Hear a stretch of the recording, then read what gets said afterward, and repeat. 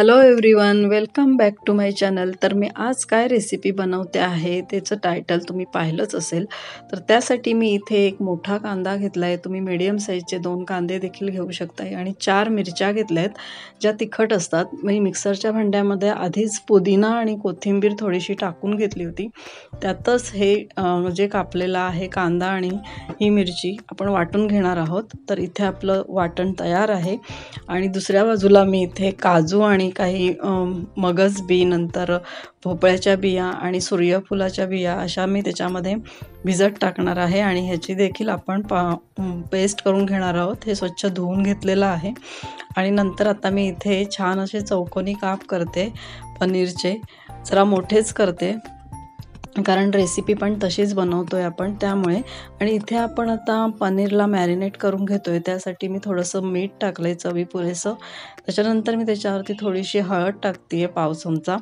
नंतर थोडीशी लाल मिरची पावडर टाकते. तसं तर पनीरला काही स्वतःची चव नसते, त्याच्यामुळे आपण हे सगळे मसाले टाकून थोडं मॅरिनेट करून घेतोय.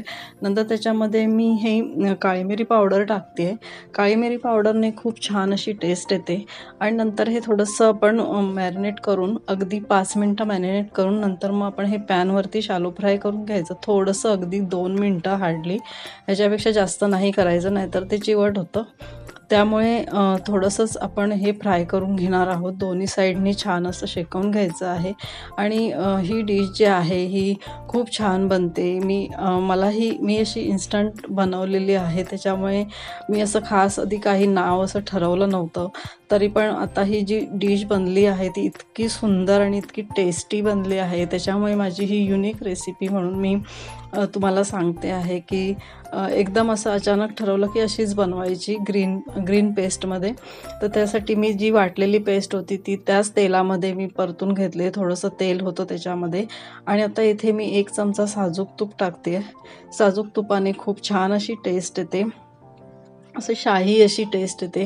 तर ह्याच्यामध्ये 1 मोठा चमचा भरून मी आलं लसणाची पेस्ट टाकलेली आहे आणि हे सगळं छान असं परतून घ्यायचं आहे. आणि ह्याचा कलर कुठेही जास्त काही चेंज होणार नाही.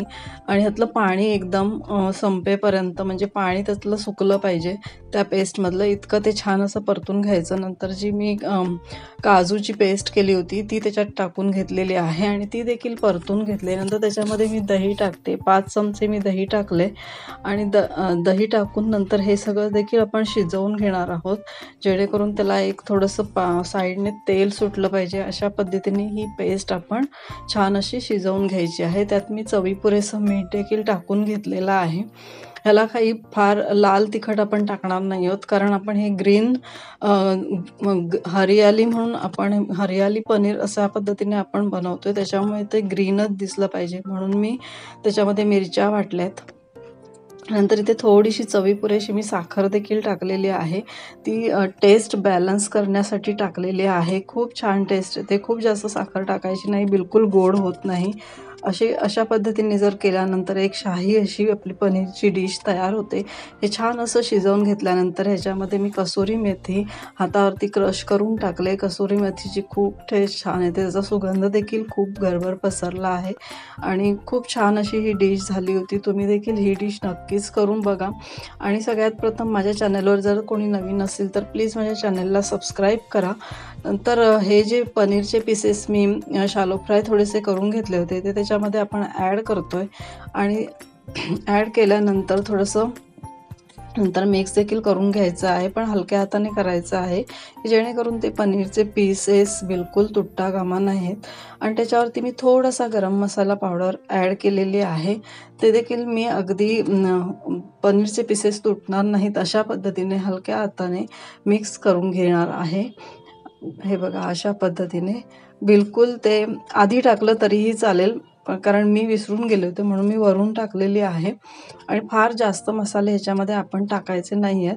जे पण आहे मी मसाले तुम्हाला दाखवलेत काय टाकले त्याच्यामध्ये, बाकी कोणतेच मसाले मी टाकले नाहीत. गरम मसाल्यामध्ये धणाजिऱ्याची पावडर असल्यामुळे सगळं मिक्स करून त्याच्यामध्येच त्याची फ्लेवर आलेले आहेत. आणि ही बघा, आपली इथे डिश तयार आहे. खूप छान आणि टेस्टी अशी डिश भाकरी राईस बरोबर कोणत्याही पदार्थाबरोबर तुम्ही खाऊ शकता. थँक्यू.